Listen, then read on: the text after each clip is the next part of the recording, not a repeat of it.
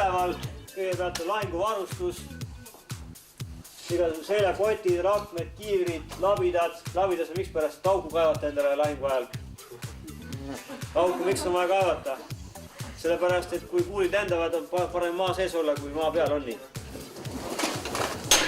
Ja nüüd peab püsti saama seega. No proovige, kuidas saab? Kannaks ära 50 kilomeetrit. Ma ei tea. See on raske ka. Jaa. No küsi. Kas siin saab tasuta süüa? Ikka jah, loomulikult.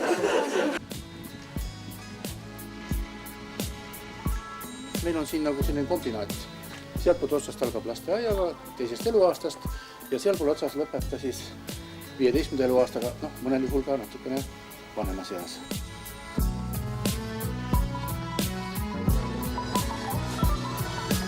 Täna on plaan see sein täita siis erinevate nägudega ja kuna see on puhke- ja telekatuva, siis vähe teha seda natuke rõõmsamaks. Siin oli päike puudu. No sul on peenikene pitsel. Saaksid siia ühe mehikese istuma panna? Pisikene mahikas. Jääme siia nüüd. Saab maalida. Martin otsustas nädalaks siia jääda.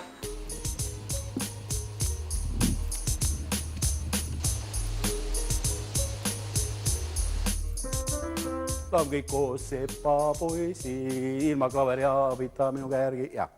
Sepa poisid. Miks teie tahate minna laulupeole? See on Eesti üks kõige tähtsamaid üritusi. Me tahame ka sellest osa saada. See on nagu nii lahe lihtsalt, et kõik terve Eestimaa rahvas, nagu ütleme, laulab kõik koos. See on nagu nii vägev tunne minu arust. Oota, lähme korra poole. Fikseerime selle noodi ikka ära. See läheb meil jalutama siia palupera peale. Mis sa ainult naerad? See ei laulagi. Et lihtsalt niisugune ilus. Lihtsalt ilus. Tubli teine juurde.